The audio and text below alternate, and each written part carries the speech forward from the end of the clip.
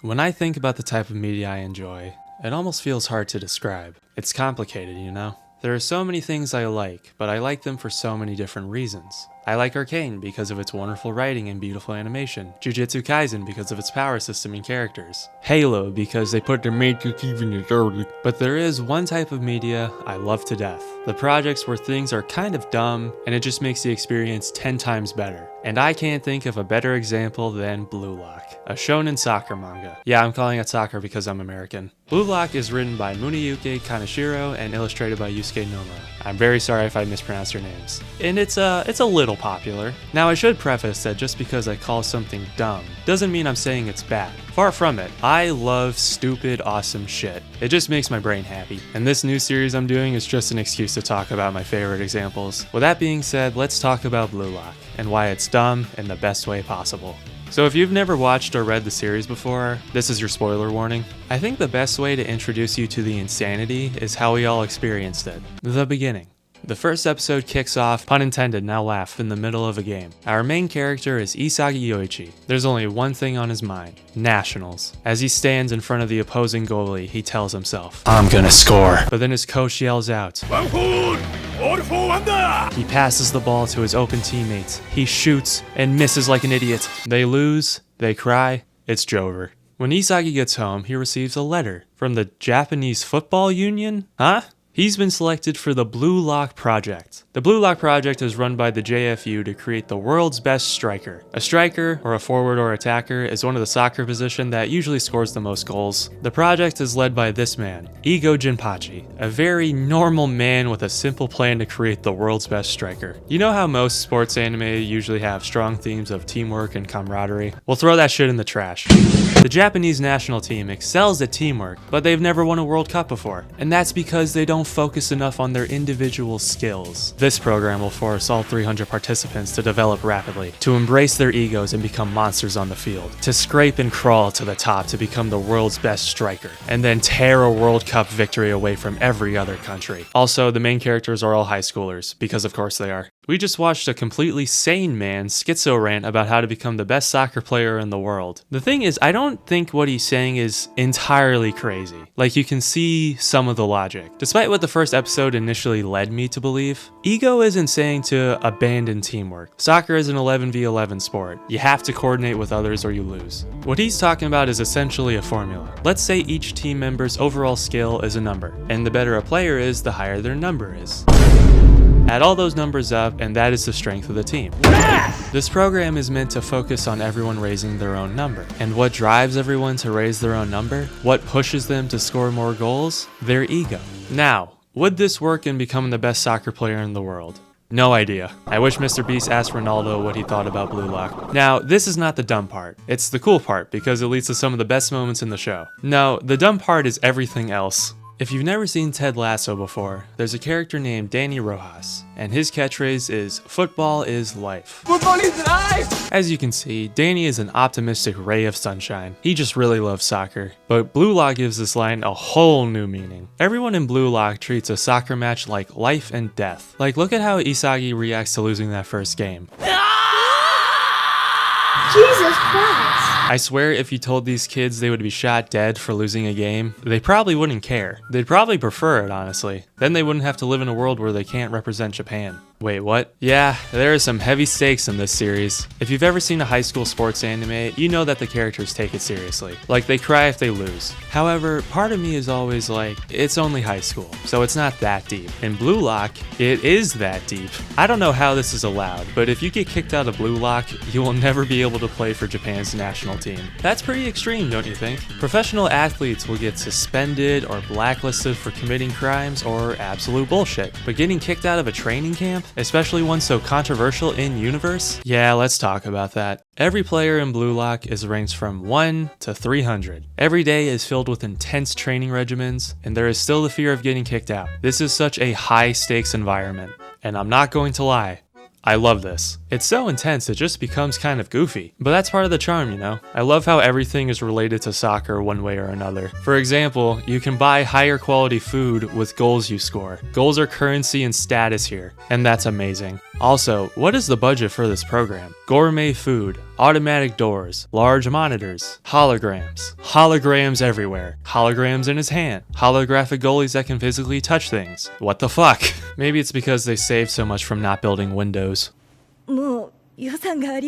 Next, I want to talk about the characters. I love them. Everyone is such a weirdo and it is so charming. Like this little bumblebee is Bachara. He's completely carefree and just having a good time. But he's almost like a cat. He's precious. Then you have other quirky characters like this dude who keeps calling things glam, a meathead who is scared of everything. Then you have Shido.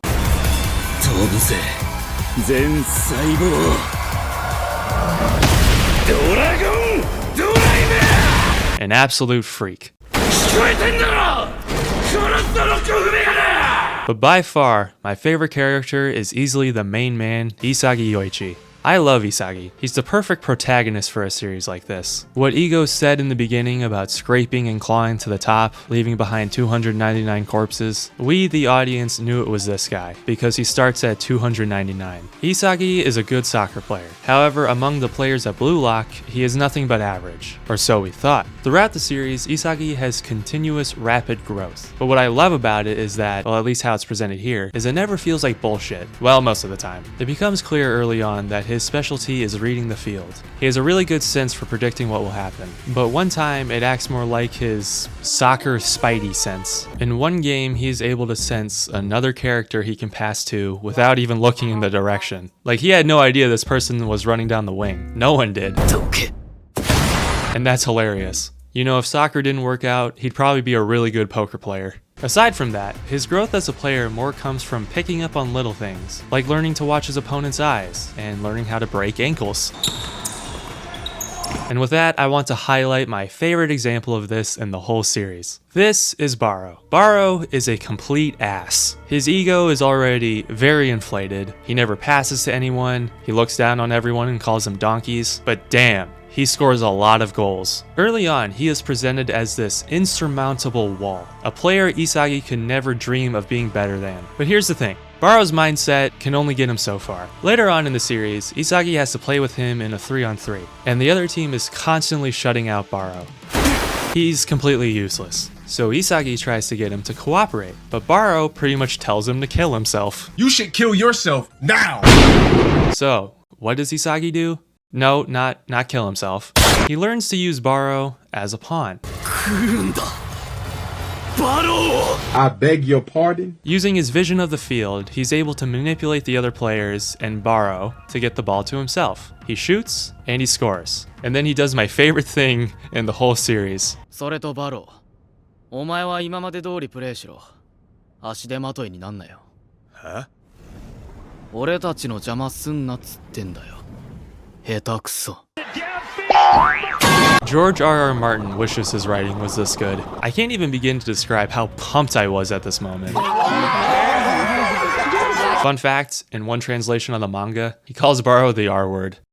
I love Isagi's ability. It's so great for building tension. He's only most effective when he knows what the other team can do, so the other team will usually pull ahead. During that time he gathers data and finds a way to win. It happens every time without fail, and it should get old, but it doesn't. Every character is kind of a freak with their abilities. I'm pretty sure Kunigami can dent steel with his kicks. Chigiri is so fast he'll catch up to his own passes. Bachara dribbles with his feet like a point guard with his hands, and Nagi has only been playing soccer for 6 months.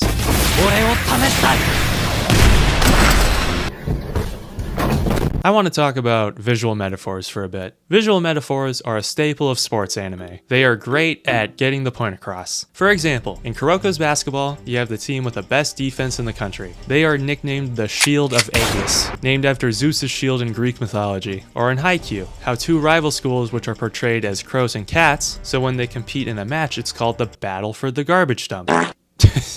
It's a lot cooler sounding in the anime with more context. I love these types of metaphors, especially when they're bizarre. And Blue Lock takes this to the next level. And the match I mentioned earlier, when Isagi realizes passing to Baro would get the ball stolen, this is what the pass course looks like. Another example is when visualizing Bachira's desire to play with a monster of a player on the field, this thing shows up. However, instead of being strictly metaphorical, Bachira can actually see it. And this is my favorite example by far. To communicate that this kid is a good soccer player, the metaphor used is this. Hey yo, what the fuck? Can you imagine showing this to someone out of context? Oh, is that a boss from Elden Ring? No, it's from a series about soccer. Like, fantasy soccer? No. And it goes without saying that all of this is possible because of the gorgeous artwork done by Yusuke Nomura. Every drawing beautifully communicates what the characters are doing. The intensity of every moment radiates from every panel. So much artistry used to tell the audience that this guy is unhinged, and this guy is unhinged, and Baro has a midlife crisis over passing the ball. This is cinema. I love this series, man. Like, I have a poster of it on my wall. Everything in it is so awesome, so dumb, or so dumb it becomes awesome. However, before I end this video, I want to talk exclusively about the anime adaptation. In particular, Season 2, and how they fucked it up. I would say the animation in Season 1 is fine. It's not on the level of Kuroko's Basketball or Haikyuu, and the characters constantly switching to 3D is somewhat distracting, but there's enough movement in every shot, and they save some budget for the big moments. I liked Season 1's adaptation just fine. So, what the hell happened to Season 2? I've seen a lot of comments referring to Season 2 as PNG lock or PowerPoint lock, and that's not for no reason. If you look at any scene from Season 2, you can tell there's a dip in quality. So many shots of just keyframing PNGs, and it kind of ruins the show, sadly. Watching this immediately pulls me out of the experience. For a series built on intense sporting matches, that's not something you want. But all of this has been said already. I'm more interested in how this happened. In the world of animation, something I often hear is drawings equal time plus money.